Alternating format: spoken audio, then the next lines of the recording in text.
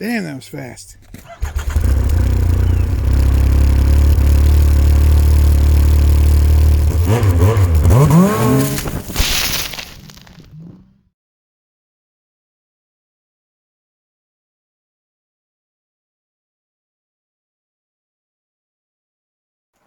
What's going on, everybody?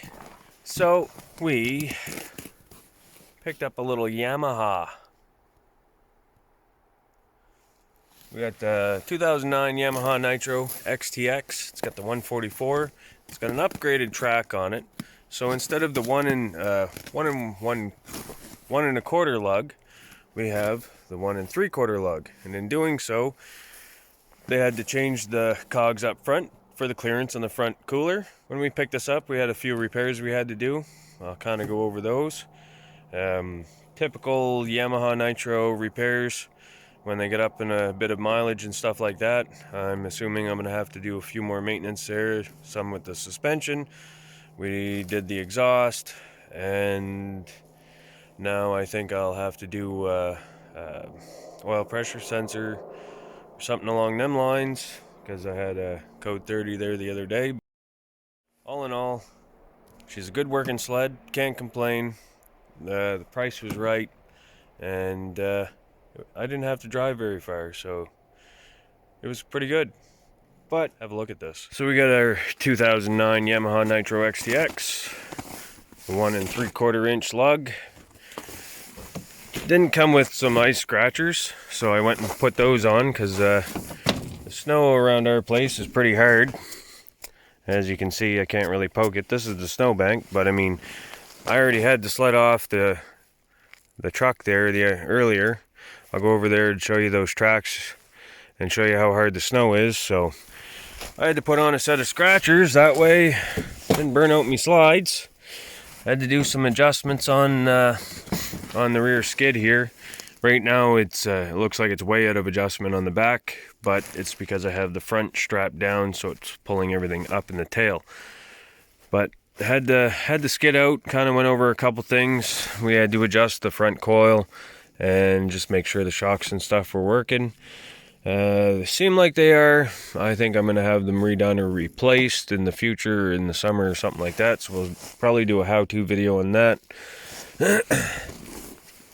Wanted to do a how-to video on what we were checking out on the skid, but time didn't work on our favor, and we wanted to go sledding. So put on them ice scratchers. Previous owner, as you can see here, on this side there's a spacer and on that side there's a spacer. He had both spacers on this side, so the skis were in. So it was a little tippy. So I had both spacers on the inside to push the ski out, make it more stable. And then I was like, well, you know, I'm going to try it right in the middle, stock setting, and see how that is. So we did a track alignment after we got took our skid out. Then we did ski alignment because the handlebars were off, and when you come down, your handlebars were crooked and you had them straight, you were going off to the left side. So we had to fix that, so when we actually wheelied, when we come down, our handlebars are straight, our skis were straight. Because if we had our handlebars straight to begin with, our skis were off to the left side, and all of a sudden, it would throw you. So she was a little dangerous. So we got that fixed up. Our exhaust, now you have a muffler that comes to about here, goes into, it's like a collector pipe. So there's 3 pipes up the front. It collects here in the middle into a single pipe and then comes back to your muffler. Well, on this one here, it seemed that either wasn't bolted in or something proper, but right at the collector where it's welded, it broke. So we had to take everything off from the front and then kind of eyeball everything, and then we had to re-weld this pipe with the collector on the 3 pipes back together. And I don't think I could have did much of a better job. I'll see if I got a picture, and if so, I'll load it right now. Well, that's a Yamaha header. She was broke flush right across. Just a little Yamaha problem. You know, got some parts here, part there. You know, 90% of the sled's apart. just to fix up a little Yamaha problem. I had to fix my oil tank. The tab for the oil tank right here and right here. This side was cracked, the other side was broke completely off. Then the bottom side was bent. So, and we TIG welded it.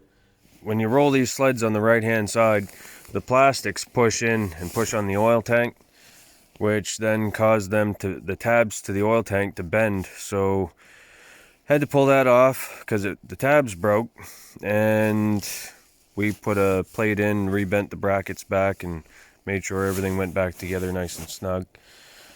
We got that fixed up, and of course all 2009 Nitros crack right in here behind the back bogey wheel. So this is your bogey wheel or top skid bar with the bogey wheel. Anyways, they crack right in along here. So dealer wanted roughly $100 for 2 plates like this, because in 2010 they come out with these new plates. Well, that's not the OEM style plate. That's a plate that we built out of aluminum, then used some stainless steel bolts. They recommend using rivets, but I use the stainless steel bolts. Should be okay. Use some locking washers so make sure nothing would come undone. We TIG welded this here, and then we sanded it down some, but we didn't get it completely flush. As you can see, there's still a bit of a gap. I'll show you the other side. This side looks a lot better right here. So we didn't have to TIG this side. It wasn't bent already or cracked. So we just had built a plate, drilled a couple pilot holes, put in the 3 bolts, put in our regular old bolt for the bogey wheel, and away we went again. Came with a different windshield. This is the high-rise windshield. Came with the low-rise stealth looking windshield on it to begin with. Really nice windshield, but when you're out cruising around with your little one or something like that, there's a lot of wind coming up and over and smacking them in the face, and well, you're getting a lot of wind in your face. So anyways, I put on the big windshield, and I think I kind of like it a little bit more. Kind of looks like an alien like this, and I don't like the look, but for practicality, it's nice. And what else did we do to this? Oh, yes. So up here, I don't know if you can see that, but right in here, right along this line here, this was all cracked. It was cracked here, here, and over here. So I ended up taking these apart and kind of plastic welding them back together.